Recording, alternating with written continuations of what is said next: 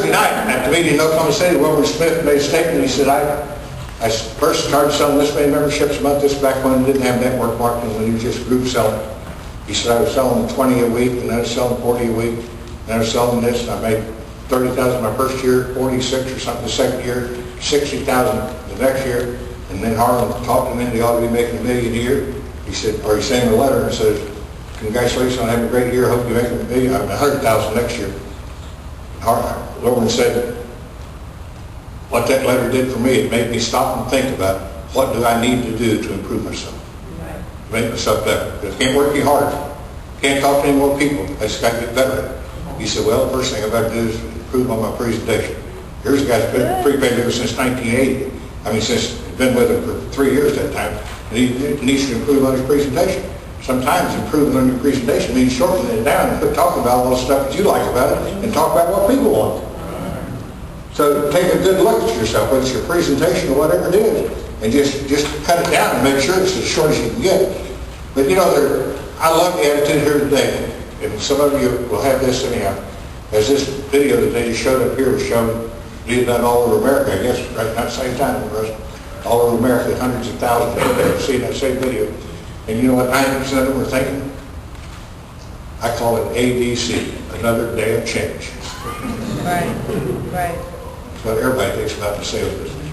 They're going to make another change. Right. It doesn't matter how well they're doing or how bad they're doing, it's another change. Because everybody resists change. How many of you like change? Let me ask you another question. How many of you like a challenge? You know the difference?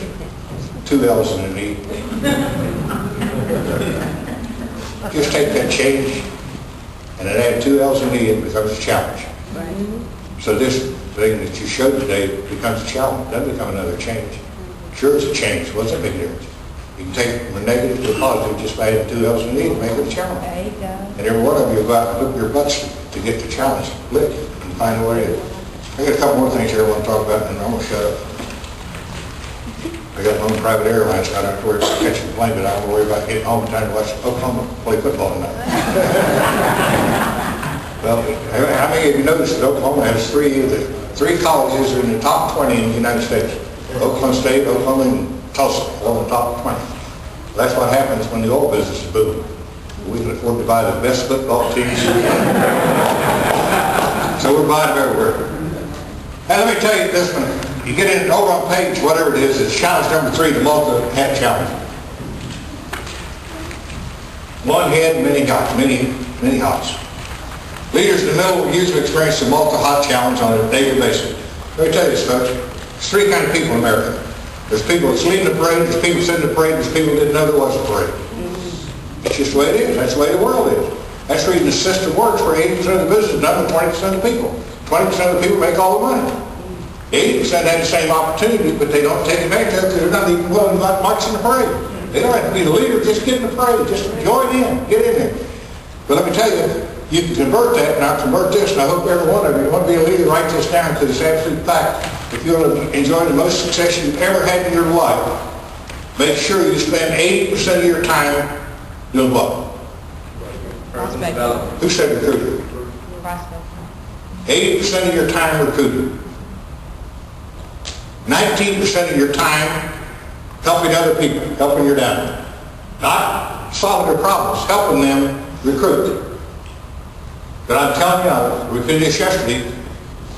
I'm going to tell you this for a fact, and some of you will think I'm lying, but I'm not, believe me. Of all the presentations I've made about the prepaid legal service, all the presentations I've ever made, I have never had one person that didn't sign up that I made a presentation. You know why? Because I had somebody sitting beside me that I was training how to do it, so I did it by the book. I didn't tell them all the war stories I've learned after 25 years. I told them what I needed to know to be able to make it. I'll give you a 20-second lesson, that I call it.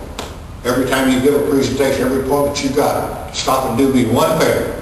Take 20 seconds before you ring that doorbell or walk in that office or meet them at the coffee shop. Before you walk in there, take 20 seconds, remember how excited you got about this program the first time you saw it. Not yesterday, not the day before. The first time you saw it, how excited did you get? You got excited enough to sign up, didn't you? Well, then why won't they? Because you complicated it. Mary had a little lamb, becomes Mary had a little black goat. You don't even know you changed anything. We get tired of saying Mary had a little lamb, it's police as white as snow. But that's what people buy, and that's what we got to sell. And the simplicity of it, because it can be trained so easy. But just remember that, to spend 80% of your time recruiting, 19% of your time, 1% of your time solving problems. How many of you had people call and say, I just got my deal at the home office and the backtracks were screwed up, or did this, or that? And you say, well, let me get a hold of my hand for you.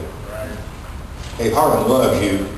And Harlan has 815 employees down there that their full-time job is to do your service work for you. Right. That's their only job. Your job is to go out and create more problems for them. So they have to hire more people. But don't solve the problems. Because what happens, you call down prepaid and you have to sit there for half an hour waiting for the busy signal. If you call on Monday or Thursday, if you call on Monday, you may wait an hour, busy signal. Then you can't get the answer you need, so you have to call your person back to tell them that you're working on it. They ain't there, so you get a voicemail. You have to leave that voicemail and call you back. Then they call you back 2 days later. Then you get back on the phone and call prepaid again. Before long, you spend 7 hours on something that ain't worth 2 cents. Tell that person, here's the number, say, area code 580-436. You say, call those people, they'll be glad to give you the best service in any country in America. Yeah. Don't spend your time being a problem solver. That's not our job. Our job is to do business and recruit more distributors. How many of you figured Mary Kay Ash, founder, now deceased, present CEO of Mary Kay Cosmetics? Mary Kay Cosmetics has a convention every year, sort of like prepaid leaders, except they have to have 3 a year. They have them all in Dallas, and they have one weekend after the other, 3 consecutive weeks, because you can't find an arena big enough to hold all the people. So they have to have the basketball arena 3 weeks in a row to hold their conventions. Mary Kay Ash says that everybody that they parade across that stage, everybody walks down that aisle, and everybody comes to that convention, are all wearing a necklace that's invisible. Except they want you to see it. And what that necklace says is, make me feel important. Mary Kay spends her life making those people feel important, and she died a billionaire selling lipstick. So just understand the value of making people feel important, no matter if they're brand new, if they're old, it doesn't matter. If you know they're not going to make it, you don't want them leaving, do you? You don't want them leaving mad at you. Why leave mad? Make them feel important. Give them a reason why to keep that membership. And you'll find out that it works whatsoever. Key to successfully navigating the vision challenge, the more you invest in the vision, the more it becomes your own. Let me tell you a simple little terminology that I believe in, and I've preached for 100 years, and it works so well I quit using it. Help people help people get as far as they can see, and they'll be able to see further. Does that make sense? Yeah. So what we do is we talk about making $1 million next month. They ain't gonna make $1 million next month. But help them see what they can see next month, and then next month they'll be able to see a little higher, next month see a little higher. Next month you're talking to a person about $1 million that wants to talk about $2 million now. But help them get as far as they can see, then they'll be able to see further. And there's a lot of them in there.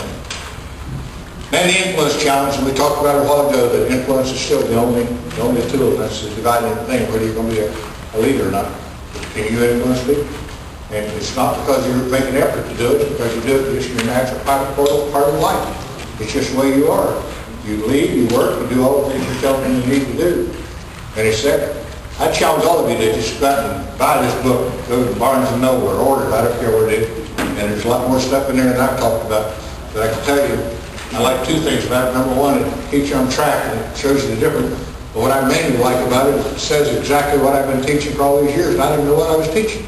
I just knew that people were following me, and I was giving them a track to run on. And every time I looked around, there was a bunch of people following me back there, and I didn't even know I recruited anybody.